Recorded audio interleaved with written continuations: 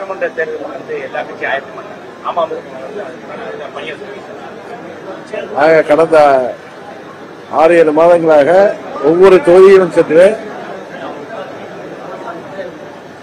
இயக்கத்தின் முக்கிய பொறுப்பாளர்களாகிய கிளை செயலாளர்கள் முதல் கிளை நிர்வாகிகள், ஊராட்சி செயலாளர்கள், பேரூராட்சி நிர்வாகிகள், செயலாளர்கள், நகராட்சி, ஒன்றியம் என்று ஒவ்வொரு தொகுதியாக சென்று எங்கள் நிர்வாகிகளை, செயல் வீரர்களை தேர்தலுக்காக தயார்படுத்தி வருகிறோம்.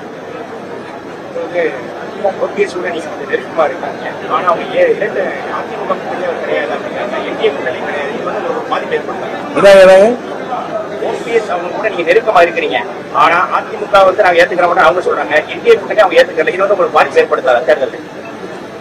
அண்ணன் OPS அவர்களை தேசிய ஜனநாயக கூட்டணிக்கு பாஜகவை சேர்ந்தவர்கள் உறுதியாக கொண்டு வர வேண்டும். அது தேர்தலுக்கு வெற்றிக்கு அது உதவி செய்யும் என்பதுதான் எல்லாருடைய கருத்து. ஒருவேளை அவர் வேறு மாற்று கூட்டணிக்கு போயிட்டார், யூகத்துக்கெல்லாம் பதில் சொல்ல முடியாது. அவர் எங்களது கூட்டணியில் எங்களோடு, குறிப்பாக அம்மா மக்கள் முன்னேற்ற கழகத்தோடு தொடர்ந்து தேர்தலை சந்திப்பார். அவரோட தொடர்ந்து நான் தொடர்புல இருக்கேன். ஆனா பாஜக சேர்ந்த தலைவர்கள் தான் அவருடன் பேசி அவரை மீண்டும் எங்கள் கூட்டணிக்கு கொண்டு வர வேண்டும்.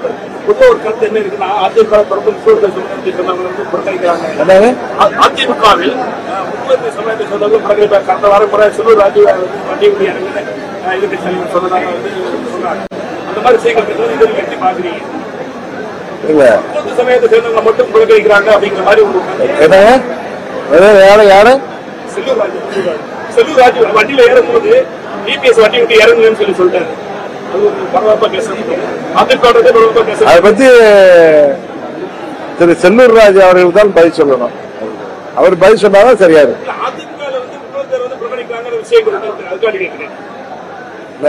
இது போன்ற பல செய்திகள், அம்மாவின் கட்சியை பற்றி பல விமர்சனங்கள் எல்லாம் வந்து கொண்டுதான் இருக்கு. அதை உரியவர்கள் அதை சரி செய்ய வேண்டும். இல்லாவிட்டால் தேர்தலிலே அது மிகப்பெரிய பாதிப்பை ஏற்படும்.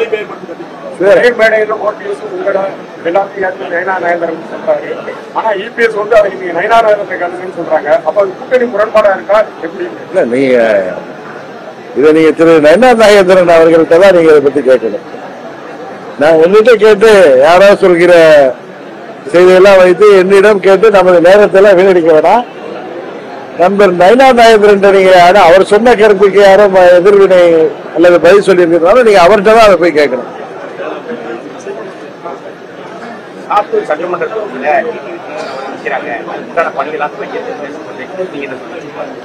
எங்கள் நிர்வாகிகளும் தொண்டர்களும் ஒவ்வொரு மாவட்டத்திலையும் ஏதாவது ஒரு தொகுதியில நான் போட்டியிடணுங்கிற ஆர்வத்துல செயல்படுறாங்க. தேர்தலில் உறுதியாக போட்டியிடுவேன். அது எந்த தொகுதி என்பது அடுத்த 26 ஜனவரி பிப்ரவரியில் உங்களுக்கு தெரியும். ஒவ்வொரு மாவட்டத்தையும் ஒவ்வொரு தொகுதிகளில் பேசிட்டு நீங்க இந்த விருதுநகர்ல இருக்கீங்க, அதனால இங்க சாத்தூர்ல சொல்றீங்க. ஒவ்வொரு மாவட்டத்திலையும் ஒவ்வொரு தொகுதியில் 2 தொகுதிகளில் நான் போறப்ப நீங்க இங்க போட்டியிடணும்னு சொல்றது அது எப்பொழுதும் எங்க நிர்வாகிகளுடைய வேண்டுகோள் எப்பொழுதும் அது தொடர்ந்து இருந்து கொண்டுதான் இருக்கும். ஒரு பலமான கூட்டணி இருக்கு. ஆனா வந்து அதிமுக பல்வேறு முரண்பாடுகள் பாமக கூட இருந்தாங்க. அவங்க வந்து தந்தை மகன் சண்டையில ஓடுற தேமுதிக நாங்க வந்து எந்த கூட்டம் இல்லைன்னு சொல்றாங்க. அப்படி வந்து உங்களுக்கு தேர்தல் வந்து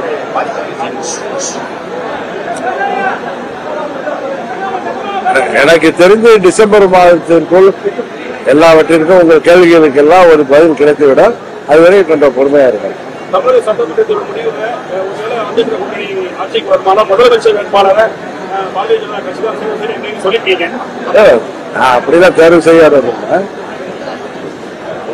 தமிழ்நாட்டில் தேசிய ஜனநாயக கூட்டணியை பலப்படுத்தி திமுக வீழ்த்துவதற்கான முயற்சியில பாஜகவின் முக்கிய தலைவர்களில் ஒருவராகிய மாண்புமிகு அமித்ஷா அவர்கள் கடினமாக அதற்கு முயற்சிகள் மேற்கொண்டு வருகிறார்.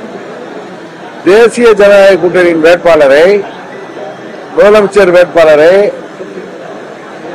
அவர்கள் என்டிஏ சேர்ந்தவர்கள் சொல்கின்ற பொழுது, குறிப்பாக திரு அமித்ஷா அவர்கள் சொல்கின்ற பொழுது அதை அம்மா மக்கள் முன்னேற்ற கழகம் ஏற்றுக்கொள்கின்ற பட்சத்தில் நாங்கள் ஆதரிப்போம் சொல்றோம்.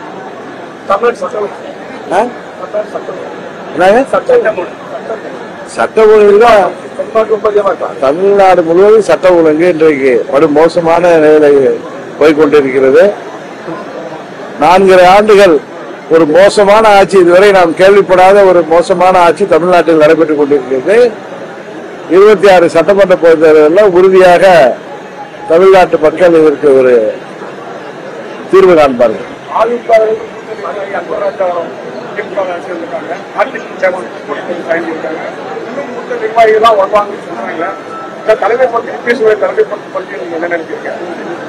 இது நீங்க அந்த கட்சியை கேட்க வேண்டிய கேள்வியை போய் அம்மா மக்கள் முன்னேற்ற கழகத்தில் கேட்பீங்க.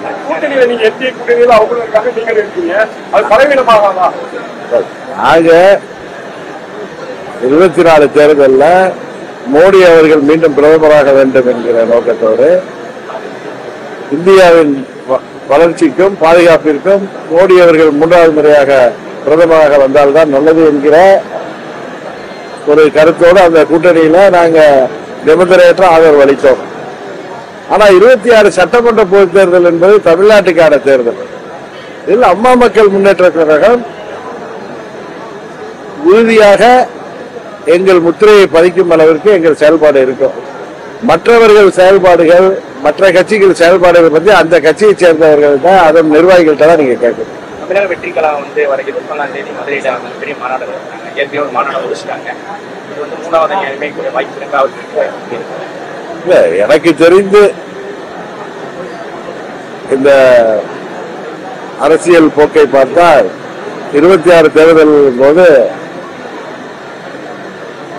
4 முனை போட்டியாக இருக்கலாம் என்று நினைக்கிறேன். அம்மா மக்கள் தனித்து போட்டியிடும் போது அதிகமான வாக்குகள் வாங்கிங்க.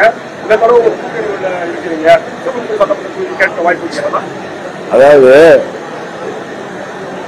எங்கள் தொகுதிக்கு தகுதியான வேட்பாளர்களும் சரியான கட்டமைப்பும்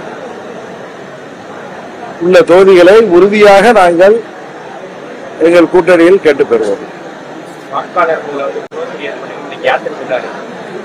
வாக்காளர்கள்ல குளறுபடி ஏற்பட்டிருக்கு சொல்லி ராகுல் காந்தி யாத்திரை சொல்றாங்க. அதுக்கு வந்து தேர்தல் ஆணையம் குளறுபடி இல்லை அப்படின்னு ஆனா இது வந்து தமிழக இப்ப இந்தியாவுக்கு பெரிய பரபரப்பா பேசப்பட்டிருக்கு. ஒவ்வொரு தொகுதியிலையும் அதே போல குளறுபடிகள் இருந்தால் தேர்தல் ஆணையத்தில் இன்னும் தேர்தலுக்கு கால அவகாசம் இருக்கு. வர்ற ஜனவரி மாதம் வரை வாக்காளர் பட்டியல் திருத்தம்லாம் நடக்கும். அதனால குளறுபடிகளை அரசியல் எந்த அரசியல் கட்சிகள் எல்லாம் இது போல குளறுபடிகள் நடந்திருக்கிறது என்பதை கண்டறிகிறார்களோ தேர்தல் ஆணையத்தில் அதை முறையிட்டு யாருக்கெல்லாம் வாக்காளர் பட்டியலில் இருந்து நீக்கப்பட்டிருக்கிறதோ அவர்களுக்கு மீண்டும் வாக்காளர் பட்டியலில் வாக்காளர் அவர்கள் தேர்தலில் வாக்களிக்கின்ற விதமாக அவர்களுக்கு அந்த முறையாக அதை பெற்றுத் தருவதற்கு அரசியல் கட்சிகள் முன்வர வேண்டும். தொடர்ந்து தூய்மை பணியாளர்களை போராட்டம் பண்ணி நிரந்தர பணி வந்து சொல்லி ஒரு கோரிக்கை வைக்கக்கூடிய சூழ்நிலை திருமாவளவன் அவர்கள் வந்து நிரந்தர பணி வந்து தேவையில்லை, அவங்க சந்ததியிலிருந்து காலங்காலத்துக்கு அந்த பணியை செய்ய வேண்டாம் அப்படிங்கிறது சொல்லியிருக்கேன். அதான் நண்பர் திருமாவளவன் வந்து கடந்த ஓராண்டா பாத்தீங்கன்னா ஏதோ குழப்பத்தில் இருக்கிறான்னு நினைக்கிறேன். பெரும்பாலான தூய்மை பணியாளர்கள் பட்டியலினத்தை சேர்ந்தவர்கள் தான். அவர்கள் தங்களுக்கு பணி நிரந்தரம் வேண்டும் என்று அவர்கள் கோரிக்கை.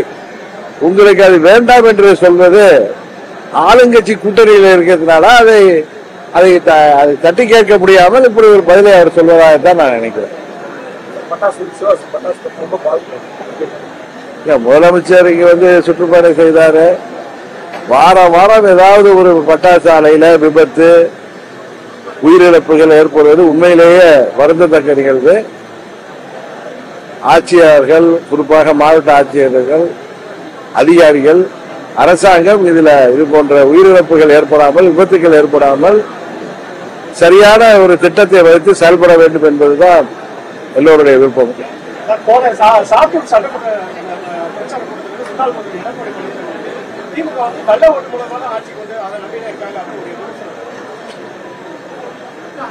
அது அவருடைய விமர்சனம் தான், அவர்கிட்ட தான் நீங்க போய் கேட்கறீங்க. என்னிட்ட வந்து அதை பத்தி கேட்டா அது அவருடைய விமர்சனத்தை நீங்க அவர்கிட்ட தான் கேட்கறது தவிர என்னிட்ட தப்பான இடத்துல வந்து கேட்கறீங்க பதில்.